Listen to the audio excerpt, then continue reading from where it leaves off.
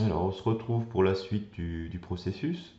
Donc cette fois-ci, je vais matérialiser mes in-between breakdown entre les pauses fortes, parce que pour l'instant, évidemment, voilà, c'est très step, hein.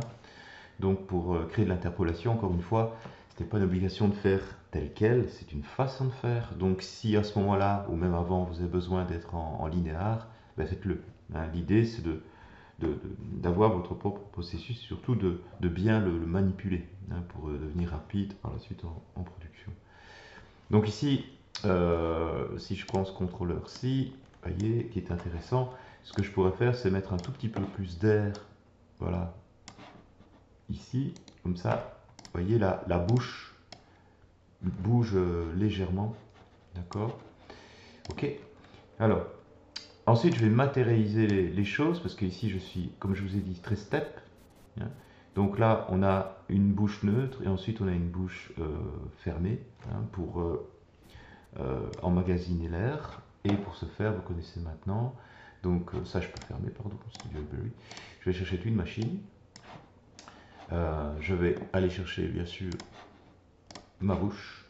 Et puis là, je vais y aller. Hop. Alors je regarde évidemment ce que ça donne.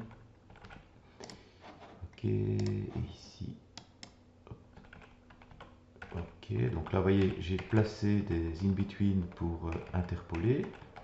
D'accord. Ensuite, là, ça ne me dérange pas de mettre une accroche sur 2 frames, hein. Donc ça, ça fait partie de l'acting beat, c'est se dire combien de temps j'ai besoin de figer cette labiale pour donner de la percussion sur une labiale. Parce qu'évidemment, si, et ça encore une fois c'est le feeling, hein, si vous ne mettez pas du temps sur certaines labiales, eh bien ça va être, comment dire, trop mou, et l'interpolation va être trop floue. Et évidemment, il faut un juste milieu. Donc, il faut marteler, mais il ne faut pas trop marteler aussi. Enfin bon, vous voyez que c'est pas toujours évident. Donc là, évidemment, il y a une partie feeling. Donc ici, ce que je vais faire, je vais rester sur cette labiale-là. Je vais créer une keyframe. Comme ça, vous voyez, je fige sur 2 keyframes. Et ensuite, je vais placer, hop, un in-between pour aller vers cette labiale-là. Donc ça, c'est please. Donc là, évidemment, je reste sur cette labiale. Je vais la figer. Please. Voilà. Alors, ce que je fais ici, vous voyez, ici par exemple, je ne suis pas obligé systématiquement de mettre des in-between, hein. Je sais très bien que la partie refine, je vais changer un peu la donne, parce que l'air continue à se répartir dans la bouche, et puis ensuite je vais prendre des contrôleurs autour de la bouche pour fermer légèrement la bouche. Vous voyez? Ok,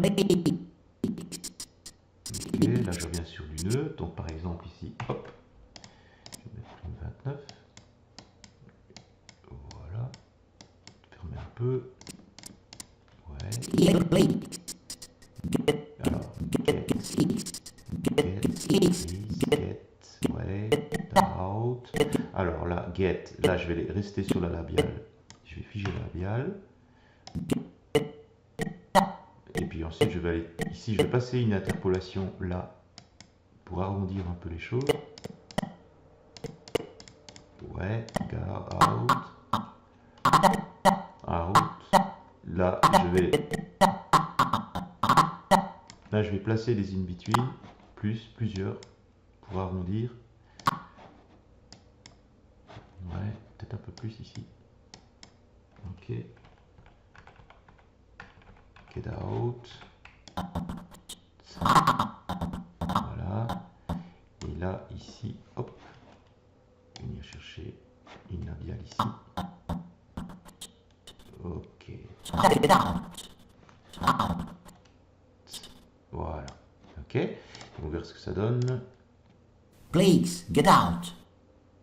Please, get out. Ok. Please, get out. Alors, vous voyez, c'est intéressant parce qu'il y a de la rythmique, c'est martelé. Et ce qui m'intéresse aussi, c'est que je peux déjà distinguer certaines boucles, hein. Get out. Get out. Donc sur le IE et sur le OA, grâce à ça, on a déjà une boucle qui se crée. Donc une ligne de force, une courbe sinusoïde qui est intéressante. Ok. Please, get out. Please, get out. Ok, voilà. Alors, quand on a fait ça, on peut encore, bien sûr, retourner dans les détails, hein. Donc ici, on peut rajouter des in-between, on peut figer. Donc évidemment, c'est une phrase qui est simple, hein. Donc vous imaginez que quand on a une phrase plus complexe, évidemment, ça prend plus de temps. Maintenant, vous allez voir que quand je vais passer en spline, je ne vais pas avoir de surprise. C'est ça qui est intéressant avec cette technique. Donc je double-clique, hop, tangente, je passe en spline. Toc, voilà. Et je rejoue le mouvement. Please, get out. Ok, Please, get out. voilà. Et ça fonctionne Please, quoi. get out. Ici on a un petit rebond, ça c'est pas trop grave, ça va se régler par la suite. Please, get out. Mais ça fonctionne. Get out. Ok, ça roule pour vous.